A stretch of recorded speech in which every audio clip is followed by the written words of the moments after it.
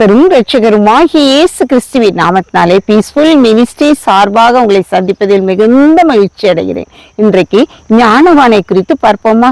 நீதிமொழிகள் 13:14 ஞானவான்களுடைய போதகம் ஜீவ ஊற்று, அதனால் மரண கண்ணிகளுக்கு தப்பலாம் என்று சாலமன் ஞானி சொல்கிறார். ஞானவான்களுடைய போதகம் ஜீவ ஊற்று. அந்த ஞானவான்களிலிருந்து ஞானம் புறப்பட்டு வந்து கொண்டே இருக்கும். அறிவும் ஞானமும் ஆண்டவருடைய கரத்தில் உள்ளது. ஆனால் ஞானவான்கள் அந்த ஞானத்தை பெற்றுக்கொண்டவர்களாக ஜீவ ஊற்றாக அவர்கள் புறப்பட்டு ஞானத்தை போதிக்கிறவர்களாக காணப்படுகிறார்கள். ஞானவான்கள் யார் என்று பார்ப்போமேனால் அவர்கள் ஞானத்தை கற்றுக் கொடுக்கிறவர்கள், ஞானத்தை போதிக்கிறவர்கள். நம்முடைய வேதாகமத்திலும் ஞானவான்களை குறித்து நாம் பார்ப்போமேனால் ஆபிரகாம், நோவா, மோசே இவர்கள் எல்லாம் ஞானவான்களின் பட்டியலில் வருகின்றனர்.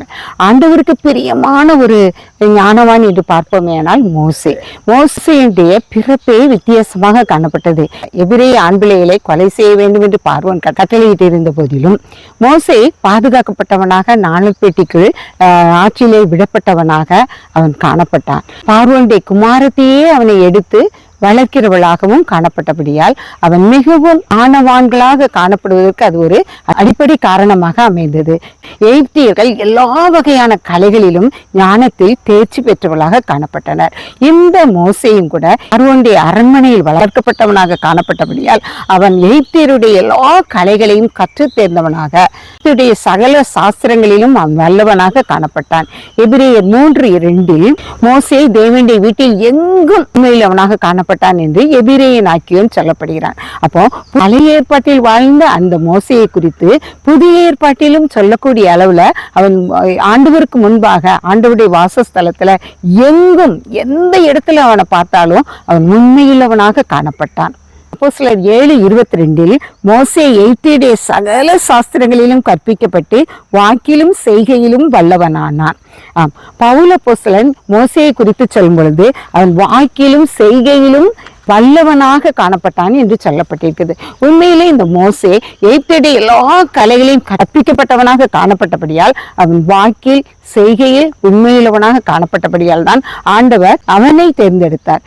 எப்படியாக என்று பார்க்கும் பொழுது எகிப்திய பார்வோனுடைய அரண்மனையில் அவன் வாழ்ந்த போதிலும் அவன் ஒரு எபிரேயனாக காணப்பட்டான். எப்படியாக என்றால் அவனுடைய தாயார் தான் அவனுக்கு வளர்ப்பு தாயாக இருந்தபடியால் நீ ஒரு எபிரேய குடும்பத்தில் பிறந்தவர் என்று சொல்லி அவனை அவர்கள் வளர்க்கும் பொழுதே எல்லா காரியங்களையும் சொல்லி வளர்த்தபடியினால் எகிப்தியன் ஒருவனுக்கும் எபிரேயனுக்கும் சண்டை ஏற்பட்ட பொழுது எகிப்தியன் என்ன செய்தாரு? கொலை செய்து விடுதான்.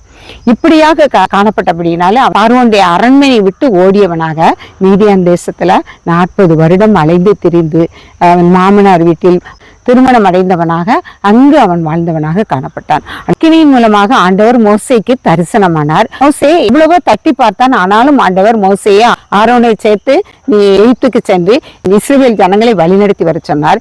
இஸ்ரவேல் ஜனங்களை பார்வோனிடம் முறையிட்டு இஸ்ரவேல் ஜனங்களை ஒரு வழியாக அவன் வழிநடத்தி வரும் பொழுது மோசே ஆண்டவருடைய சமூகத்துல அவர்களுக்காக வழக்காடி அவர்களை அழைத்து வந்தவனாக காணப்பட்டான். வரும் வழியிலும் கூட மோசேக்கு எதிராக மிரியாமும் ஆரோனும் பேசிய பேச்சை கேட்டு ஆண்டவர் மோசே எதுவுமே கேட்கல.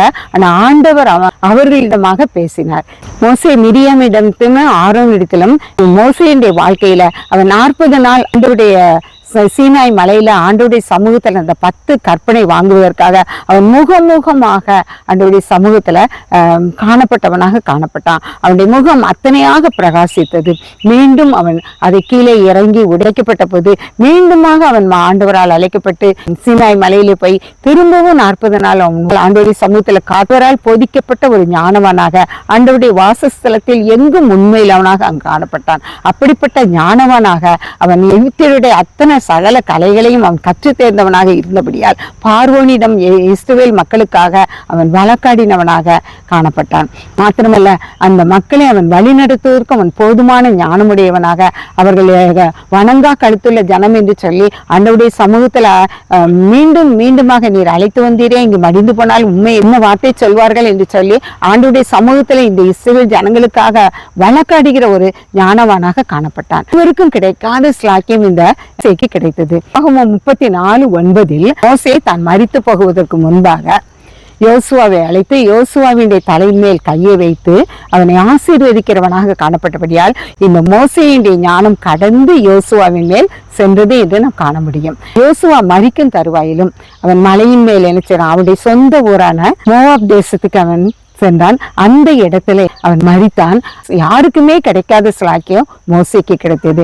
கர்த்தர் மோசேயை அவனுடைய கரத்தினால் அவனை அடக்கம் செய்தார். இன்றைய வரைக்கும் மோசேயினுடைய எலும்புகள் கூட, அவன் புதைத்த குழி கூட யாருக்கும் தெரியாது. அந்த அளவுக்கு ஆண்டவர் என்ன செய்தார், அவருடைய கரத்தினால் அடக்கம் பண்ணக்கூடிய அளவுல ஒரு ஞானவானாகிய மோசேயை அவர் பயன்படுத்தினார். அவர் எல்லா காரியங்களையும் பயன்படுத்தினார். மோசேக்கு அந்த ஸ்லாக்கியத்தையும் கொடுத்தார். இன்றைக்கு நாம் எப்படிப்பட்டவர்களாக இருக்கிறோம்? நாம் வாழ்கின்ற இந்த உலகத்துல ஞானவான்களாக அமைதியாக காணப்படுகிறோமா?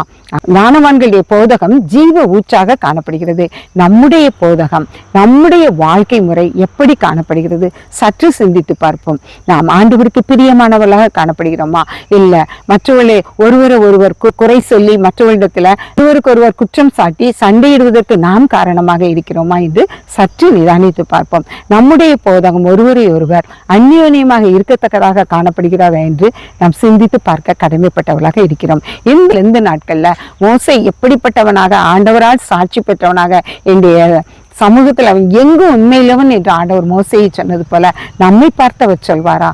நாம் அவர் சொல்லக்கூடிய அளவுல நாம் ஆண்டவருடைய சமூகத்துல இன்னும் நெருங்கி சேருவோம். அவருடைய வேத வசனங்களை வாசிப்போம், தியானிப்போம், அதன்படி நடப்போம். ஆண்டவர் நம்மை பார்த்தும் இவள் என்னுடைய பிள்ளை என்று சாட்சி சொல்லத்தக்கதாக நாமும் அவருக்கு பிரியமானவள நடக்க வாஞ்சிப்போம், நடப்போம். ஆண்டவர் தாமே இந்த வார்த்தைகளை ஆசீர்வதிப்பாராக. ஜெபம்.